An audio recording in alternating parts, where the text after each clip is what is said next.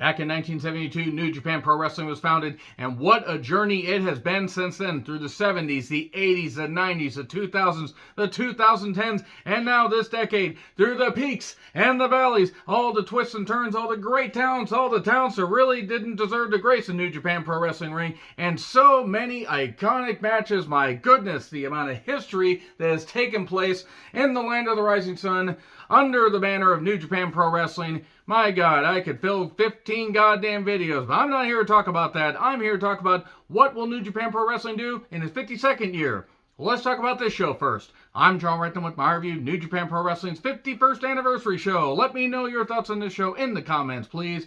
Not a bad show. The crowd was certainly electric. And my fucking goodness, what a main event. What a fucking deal. As for the rest of the card, we'll just get to it. So I do also want to say, in regards to the rest of the New Japan Cup coverage, there were a couple cup matches tonight, so technically this counts as night 2, I guess. I'll try to get the reviews up when I can. I may have to just human centipede a bunch of them together because my time's limited and everything. So there you go. So card rundown package, and we have ZSJ and Fujita taking on Kenta and ELP. ELP is not happy about losing to Naito. I'm not happy either, mainly because my bracket is torched, because I had him making the finals.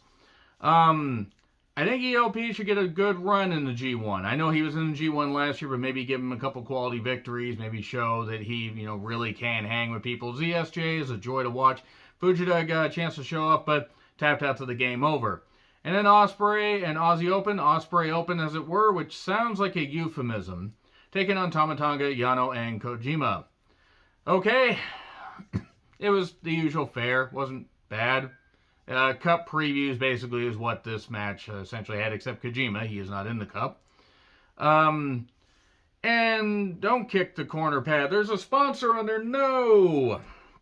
Apparently, we get Yano comedy. Kojima goes off briefly, hits a cutter, gets a 2 count, gets hit with a Coriolis, I think is the name of the Aussie Open's finisher. Couldn't quite hear the commentary too well. 1, 2, 3. There you go. So Kojima, the one guy not in the cup, takes the fall. That makes sense. Evil Show and Dick Togo against Suzuki, Despy, and Narita. I don't fucking care when House of Torture's there. I want to just, honest to God, just want to shut the show off. And I know you're supposed to have heels that are detestable. There's detestable in seeing them, wanting to see them get beat up. And then there's just this type where I'm like, I don't want to fucking see them. How dare you? How fucking dare you, whoever booked this? How dare you, New Japan Pro Wrestling? The owner was apparently at ringside, the owner of New Japan, and had to help the ring announcer up when Evil did his spot that he does in every goddamn match. Suzuki goes up. Dick gets stopped from choking because everybody wants to stop Dick from choking, himself or anybody. Pinche Loco 1, 2, 3. Evil then attacks Narita afterwards because he's facing him in the cup. Just have Narita beat Evil, please. Just have a good tournament instead of having Evil involved. I wanted Evil to get a singles push for a long goddamn time. Now I am regretting saying that. Great Cobb and Okan, and Aaron Hanare taking on Naito, Shingo, and Sonata. I noted cup previews and said, wait a second, everybody is in the cup. Who the hell is going to take the pin? The answer was Shingo. Shingo took the pin after Streets of Rage. This was not bad at all. This is a pretty good preview tag. That probably means Hanare ain't going to win. He's probably going to lose to Shingo. I would be all for Hanare getting the victory, but I fear that he is not going to, I fear that he's not going to get, a victory in the cup tournament now. Maybe I'm wrong. Anyway, so we then get Leo Rush and Yo taking on Hiromu and Bushi. This was given some time. It was basically a showcase for, can Leo pin Hiromu? No, he pinned Bushi with the final hour. It wasn't dull, I'll give it that, and it was what it was. Of course, Bushi is going to take the pin. Bushi has so many fancy masks and gloves and great gear and everything, and he always takes the pin. Bushi doing that one tope suicide, he is bound, determined to get that in. He's like, I don't care what else I do, but God damn it, I'm going to get that in. Speaking of getting things in, I got in some time, wishing that I was watching something else when Shota Umino took on Yujiro.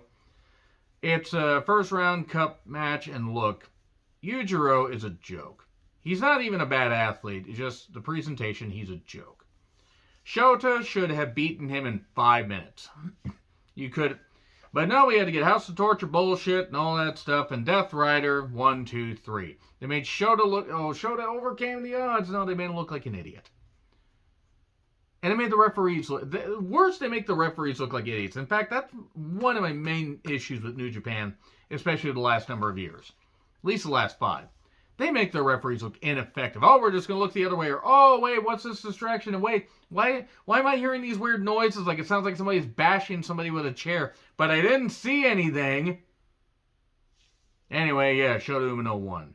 I did enjoy this show, by the way. I just hate how there are certain things that could be avoided. So, new theme for Finley. He's the rebel. He's the rebel club, and we won. Huh? What? Why? So he's got Gato with him, and Tomohiro Ishii took on David Toe Finley.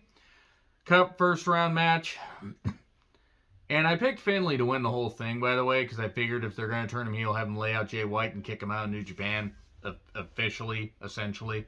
They're going to want to give him a rocket push, even if it's going to cool off after Sakura Genesis. I don't know how well it's going to work. Bullet Club is at least 5 years past its sale date. And it's coming up on the 10-year anniversary, so they're going to get that in. We're probably going to be stuck with it. I'll be 80 years old, not knowing where the hell I am, and Bullet Club somehow will still be around. And Gato will be around despite being 100 years old.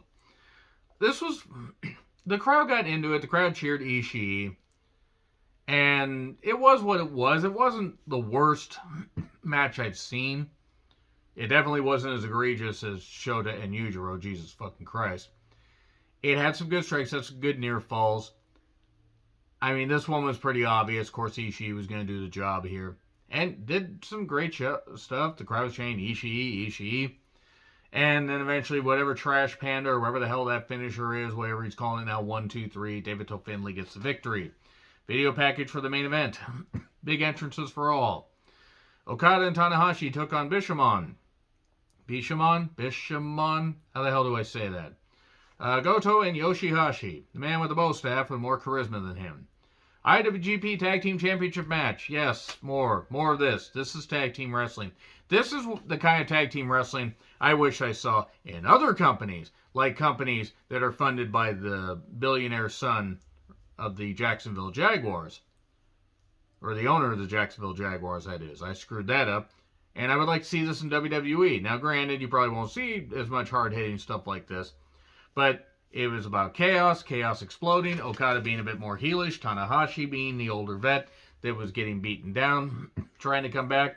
I noted Tana cannot go anymore. He can't.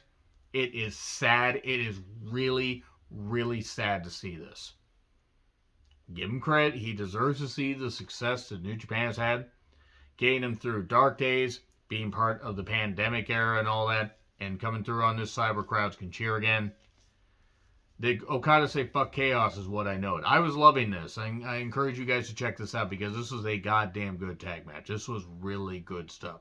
One of my favorite matches of the year. Yes, they're making me praise something with Yoshihashi. How dare you, New Japan? How dare... I don't hate Yoshihashi. I just have my criticisms like I find him boring. But they were cooking here. They were cooking with gas, as the kids say. And as they said in the 1940s. Moving on. They got everyone up. There were knees up on a high fly flow for 2. And then Shoto. That was broken up by Okada. GT Ow. That looked like a weird GTR variation. Then a roll up for 2. It looked like Tana might get the victory, but no.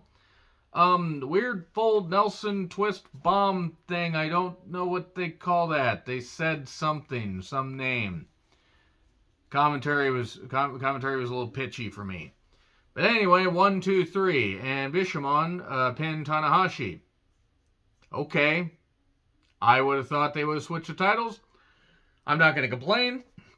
This probably is going to be the last year that Tanahashi is in the G1. Yoshihashi got a promo. Because I will never know peace. But you know what? They fought hard. They had a hell of a goddamn tag match. I can't fault them there. So that was a pretty goddamn good main event. So as far as the Wednesday show, I will hopefully have that review up sometime in the afternoon. As for the Friday, the Saturday, and I think the Sunday shows, if those have to be at least put in one video, don't be surprised. So agree, disagree with what I said, like, share, subscribe, Twitter handle in the description. I'm John Retlin. I'll see you soon.